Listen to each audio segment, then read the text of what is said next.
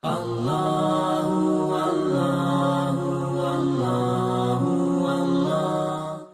how about the question of the converts? So Islam is a faith in which anyone of their own choice, they can convert to Islam. So it's really important. The Quran says there is no force in conversion, by the way. If anyone is forcing anybody, that's not conversion. So this is mentioned in chapter 2, verse number 256. It says that there is no compulsion in faith. A person has the choice. So in this mosque, almost every week, every month, there are many conversions. People, they call over here and they say, you know what, I have been reading about Islam. I have a few questions. Can I come and sit down with the Imam, with the scholar? And we have them come over here. We have small sessions like these. And after the sessions of their own choice, majority of them, they say, you know what, the oneness of God resonates with us. The comprehensive guidance of the Quran resonates with us. The concept of modesty of women resonates with us. Now we want to convert. So about 24% of the Muslims in the USA, they are converts to Islam. And in the USA, Islam is the fastest growing faith, according to CNN and Fox and Chicago Tribune and different media outlets. It is the fastest growing faith, which is paradoxical, by the way, right? Based upon the number of misconceptions people have, even then people are converting after they know what Islam is. Even more amazing is that 60% to 40% females to males ratio when it comes to conversion, by the way. So really briefly about Prophet Muhammad, peace be upon him. So he was born in the city of Mecca in the year 570. So when he was born, as he was growing up, he was just an ordinary person.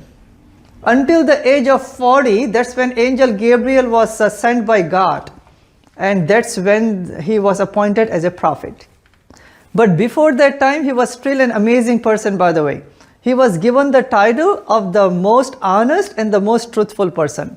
In Arabic, it is As-Sadiq and Al-Amin. So all of Arabia used to recognize him, and he had the credibility that the best person, the most credible, the most authentic, never lied, never cheated, uphold the promises. You know, like nowadays when the youth, when they have to introduce each other, they may say, you know, I like basketball, or I play video games, I'm good in Fortnite and whatnot, right? In those days, when they used to introduce him, they used to say, he is the most honest amongst us, and he is the most truthful amongst us. So at the age of 40, God started to reveal passages of the Quran to him. So the whole Quran was revealed by God. It took about 23 years. So God could have given the whole Quran in one piece, but he wanted the Muslims and the Prophet to know the Quran, those passages, to process them and to practice them and to share with them. So it just becomes more manageable. So from the time of 610 CE all the way to 633 CE until he passed away, the passages of the Quran, they came. Sometimes chapters used to come, sometimes some verses used to come.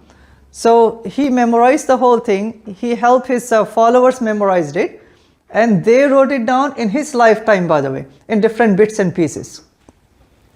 And so from that time up until our time, both in the memory and in the writing, the Quran has been passed down to us. So regarding the birthdays, just from the Islamic theological point of view, we are not supposed to celebrate the birthday of Prophet Muhammad, peace be upon him, or Jesus, peace be upon him, or any prophet, not even our own birthdays, by the way, just from the religious point of view. But as Muslims are living here, there is a cultural influx and whatnot. Some Muslims, because of culture, they may celebrate birthdays. You know, Chuck E. Cheese and whatnot, right? People go there, and which is often you see it. So yeah, just from the cultural point of view, we don't. But you may see in the media, you may see in India, Pakistan, Malaysia, some Muslims are doing it because, you know, not every person practices Islam, its fundamentals. There's many things that also has to do with the cultural influence based upon where you live.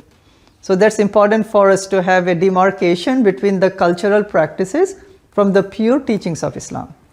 Yes? So if you could talk about the two holidays that we do recognize, the two Eids, I told them a little bit about that too. Sure. So again, just as a follow-up on the celebrations, Muslims do celebrate two important days.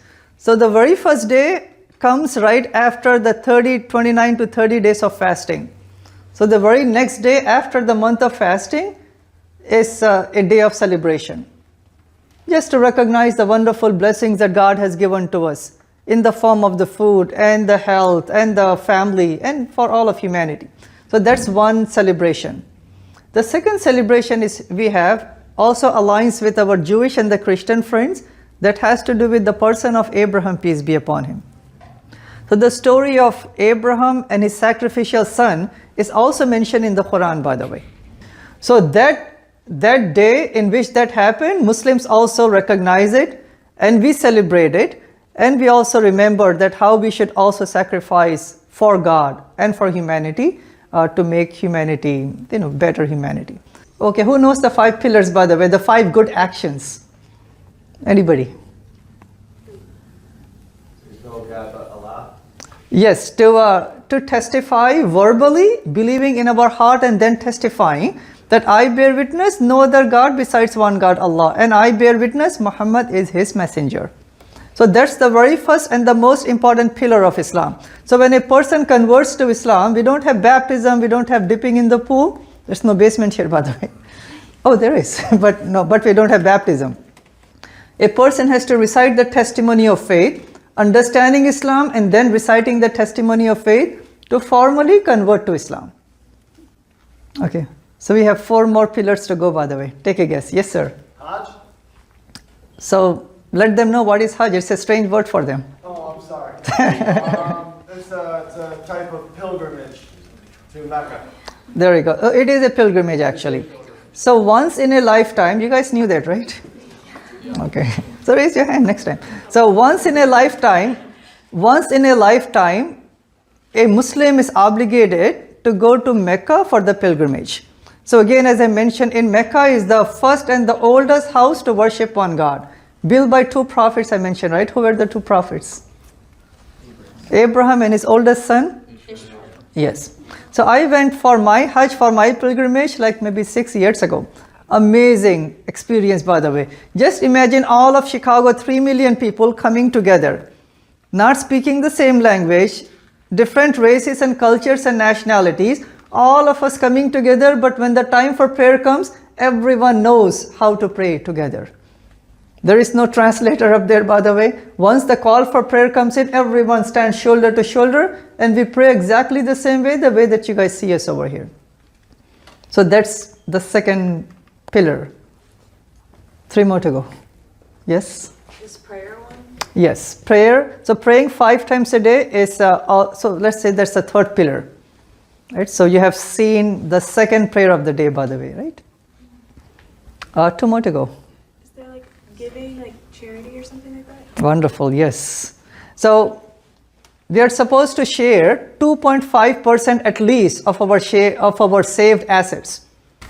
Like an offering, and then there's what's different between the general offering and the zakat? Okay, so there are 2 different ways of donation, right? One is an obligatory donation. So this 2.5% of the saved assets, this is the obligatory donation. Now beyond the obligatory, a person can donate, any amount. So I think we have 2 more to go? No, just 1 more pillar to go. Yes. Isn't fasting one of the pillars? Yes. So fasting in the month of Ramadan is the 5th one, right? Yes. So these are not the only good actions a Muslim is supposed to do. There are other good actions. It is an obligation for every Muslim to gain knowledge. And gaining of knowledge does not stop when you're sophomore, then you can drop out, right? No, gaining of knowledge is continuous until you pass away, until you're in the grave. So from cradle to grave, it's gaining of knowledge. By gaining of knowledge, that's when I can realize, maybe you can realize the wonderful majesty of God, the almighty nature of God. A Muslim is supposed to be indulging in the society, as the Imam mentioned. You guys caught it or not, I'm not sure. He mentioned that a Muslim is supposed to be a part of the bigger society, to make the society better. Muhammad, peace be upon him, he was the peacemaker in the society. He was the ambassador, a positive force in the society. And every Muslim is supposed to, emulate that. And we are supposed to also indulge in the bigger society.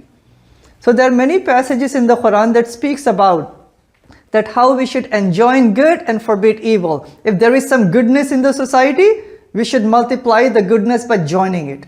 If there is any harm or wrong in the society, We work with the good-hearted people to eradicate the wrong. And last but not the least, there are certain responsibilities that God has given to a Muslim. A responsibility that we have towards God, knowing Him, worshipping Him, following His guidance. We have responsibility towards Muhammad, peace be upon him, knowing him, loving him, following him, and to all the prophets. Allah.